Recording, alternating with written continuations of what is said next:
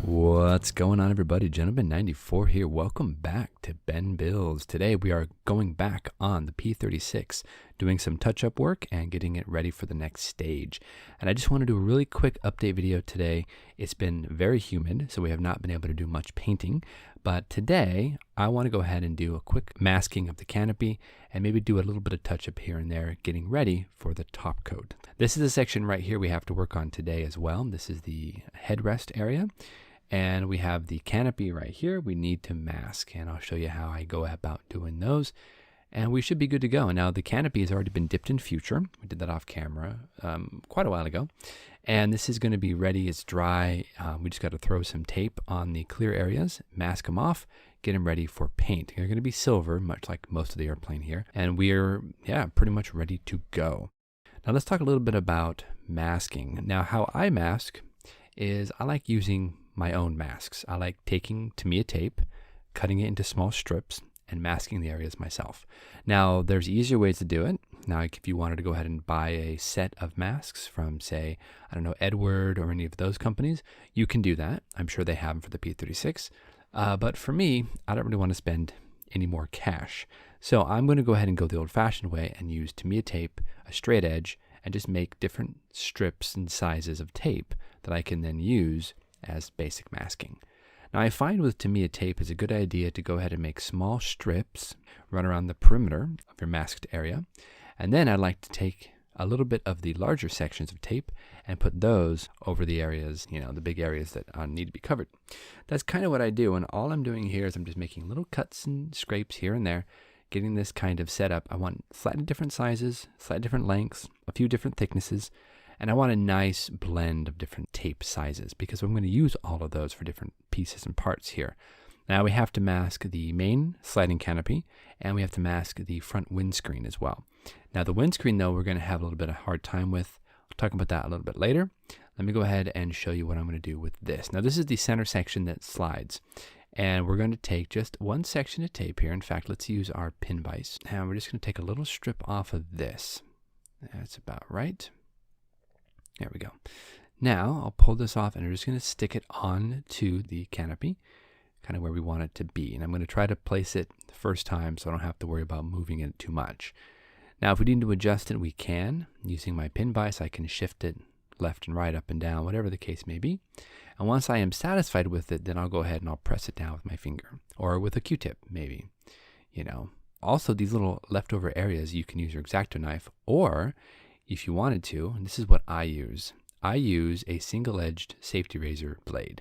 Now, I do shave with a safety razor, and a single edge, one of these, the old styles, I find it just a bit better.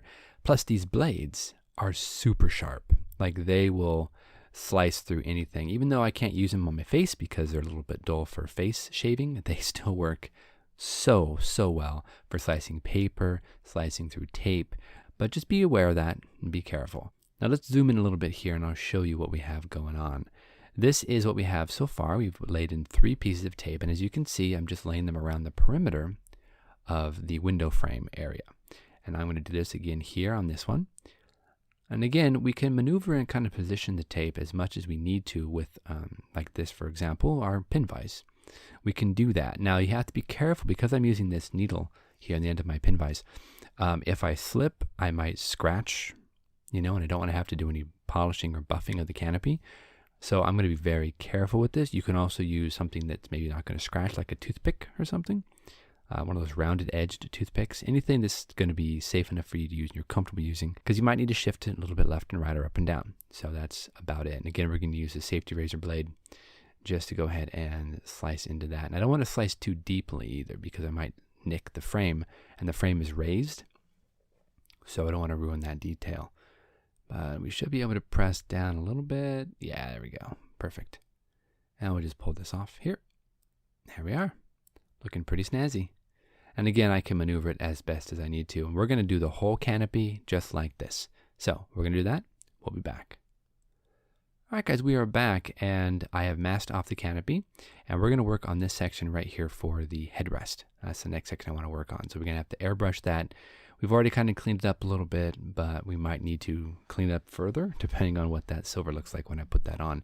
And I've also masked the center section, as you can see here, and I've also masked the windscreen as well. And these came out decently, I have to admit. The windscreen I did as one single piece. I did not mask the front windscreen support structures. I didn't do those frames because those originally would be inside, and they would have been just simple like tensioning wires. So I'm not going to mask those. I'll leave them open. Hopefully it'll look all right. And as you can see here, we do have the rear cutout sections there, and I do have to mask that little section, that little line right there. But I might mask it when it's on the model. I don't know. I'm still working on that, but I figured I'd put that aside and we'd get to painting. All right, so we're going to go ahead and do a little bit of painting now. It's not as humid today, so we should be okay to paint. And this is the Vallejo color. This is the aluminum color, and we've mixed it with a little bit of the Tamiya paint thinner, and that should be just perfect. And again, it's going to tint it slightly. It's going to kind of shift the color just slightly. And I think it actually might be a nice contrast. So I might go around and kind of spray different areas that need a little bit of touch up, because it'll help to kind of give it that slight weather look to it. And again, I'm no professional when it comes to airbrushing metal. I very rarely build anything with metal colors because it's a pain in the butt. But, you know, I just wanted to give it a shot and try them out. So this is hopefully going to be all right once this gets finished up. But like I said, it's going to be a real short episode today, guys. We're not really going to do much more than this because, like I said, it's been super humid and I have to top coat this with Future, because I want to go ahead and put those decals on and get those sucked in using some Microsol and Microset. So I don't want to damage this finish with Microsol because it is a bit of a hotter liquid and it might kind of stain or shift the color of this metal. And I really don't want to do that. So we're really going to just call it here, guys, and work a little bit off camera. I just kind of wanted to show you where we were on the progress.